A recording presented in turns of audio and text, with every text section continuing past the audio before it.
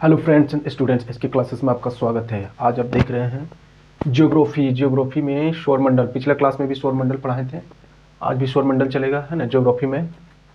तो देखते हैं, ज्योग्राफी में हम लोग सूर्य के बारे में पढ़ाए थे, है ना। तो अभी देखते हैं ग्रह। ग्रह क्या है? ग्रह वह खगोलीय पिंड है। ग्रह क्या है? एक खगोलीय पिंड है जो सूर्य के चारों ओर परिक्रमा करता है। जो सूर्य के चारों ओर परिक्रमा करता है वो ग्रह है ना। ग्रह कौन कौन है? देखिए, ग्रह कौन कौन है। बुध, शुक्र, पृथ्वी, मंगल, बृहस्पति, शनि, अरुण और वरुण। कितना है? 1 2 3 4 5 6 7 8। 8 ग्रह। पहले 9 ग्रह था, है ना। अभी 8 ग्रह है ना। जैसे कि 9 ग्रह था तो यम प्लूटो जो है ना, प्लूटो को बोना ग्रह भी कहते हैं। प्लूटो को हटा दिया गया। हाँ, उसमें प्लूटो को क्या बना दिया? बोना ग्रह उसको कहते हैं। यम को प्लूटो कहते हैं, प्लूटो को बोना ग्रह कहते हैं, है ना। तो बुध, शुक्र, पृथ्वी, मंगल, बृहस्पति, शनि, अरुण, वरुण, इतना ग्रह है, 8 ग्रह है ना। अब देखते हैं आंतरिक ग्रह। आंतरिक ग्रह कौन? बुध, शुक्र, पृथ्वी, मंगल। 4 ग्रह जो आंतरिक ग्रह कौन कौन? बुध, शुक्र, पृथ्वी, मंगल, है ना, आंतरिक ग्रह। बाह्य ग्रह, बाहरी ग्रह कौन कौन है? बृहस्पति, शनि, अरुण और वरुण। बृहस्पति, शनि, अरुण और वरुण बाहरी ग्रह है ना। ये आंतरिक ग्रह हो गया बुध, शुक्र, पृथ्वी, मंगल। बाहरी ग्रह हो गया बृहस्पति, शनि, अरुण और वरुण। हाँ, इतना देख लीजिएगा, है ना। अब आते हैं मेन में आकार के अनुसार। आकार के अनुसार ग्रहों का क्रम। आकार सबसे बड़ा ग्रह कौन है ना आकार के अनुसार? तो बृहस्पति। देखिए, बृहस्पति है ना। उसके बाद शनि है, उसके बाद अरुण है, वरुण है, पृथ्वी है, शुक्र है, मंगल है, बुध। यानी सबसे बड़ा ग्रह कौन है? बृहस्पति। सबसे बड़ा ग्रह कौन है? बृहस्पति है ना। और सबसे छोटा ग्रह कौन है? बुध, है ना। बोला जाए आकार के अनुसार सबसे बड़ा ग्रह कौन है? बृहस्पति। और सबसे छोटा ग्रह कौन है? बुध, है ना। अब देखते हैं हम लोग, जैसे कि देखिए, मंगल हो गया, बुध हो गया, बृहस्पति और शुक्र और शनि। मंगल बुध बृहस्पति शुक्र और शनि लगातार है। मंगल, बुध, बृहस्पति, शुक्र, शनि को नंगी आंखों से देखा जा सकता है, मतलब आंखों से डायरेक्ट देखा जा सकता है ना। मंगल, बुध, बृहस्पति, शुक्र, शनि को नंगी आंखों से देखा जा सकता है ना। अब देखते हैं इंपॉर्टेंट, घनत्व के अनुसार ग्रहों का क्रम बढ़ते क्रम मतलब छोटा से बड़ा, उससे छोटा है पहले, छोटा से थोड़ा बड़ा, इस तरह करके उसको बढ़ते क्रम बोलते हैं। तो घनत्व के अनुसार सबसे बड़ ग्रहों का क्रम देखते हैं। शनि, उसके बाद अरुण, उसके बाद बृहस्पति, उसके बाद वरुण, उसके मंगल, बुध, शुक्र, पृथ्वी। यानी सबसे अधिक घनत्व वाला ग्रह कौन है? पृथ्वी। सबसे अधिक घनत्व वाला ग्रह कौन है? पृथ्वी। या सबसे कम घनत्व वाला ग्रह कौन है? शनि। ठीक है, समझ में आ गया ना। अब आते हैं सूर्य के दूरी के अनुसार ग्रहों का क्रम। मतलब सूर्य से कौन कितना दूर है, कौन कितना नजदीक है, उसके अनुसार देखिए, बुध, शुक्र, है ना।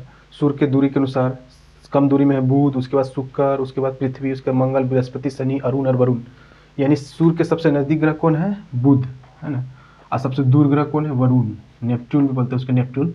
मानी सूर्य के सबसे नजदीक ग्रह बुध और सबसे दूर ग्रह का है वरुण, नेपच्यून बोलते हैं उसको, है ना। अब आते हैं द्रव्यमान के अनुसार ग्रहों का क्रम बढ़ते क्रम में, है ना। छोटा, बड़ा, उससे बड़ा, उससे बड़ा, उस तरह उसको बढ़ते क्रम बोलते हैं। तो द्रव्यमान के अनुसार ग्रहों का क्रम कौन है? बुध, मंगल, शुक्र, पृथ्वी, अरुण, वरुण, शनि एवं बृहस्पति। मतलब द्रव्यमान के अनुसार तो सबसे देखा जाए तो सबसे अधिक द्रव्यमान वाला ग्रह कौन है? बृहस्पति, है ना। और सबसे न्यूनतम द्रव्यमान वाला ग्रह कौन है? बुध, है ना। सबसे अधिक द्रव्यमान वाला ग्रह कौन है? बृहस्पति। और न्यूनतम द्रव्यमान वाला ग्रह बुध, है ना। अब देखते हैं सबसे अधिक परिक्रमण काल वाला ग्रह वरुण, है ना। और सबसे कम परिक्रमण काल वाला ग्रह बुध।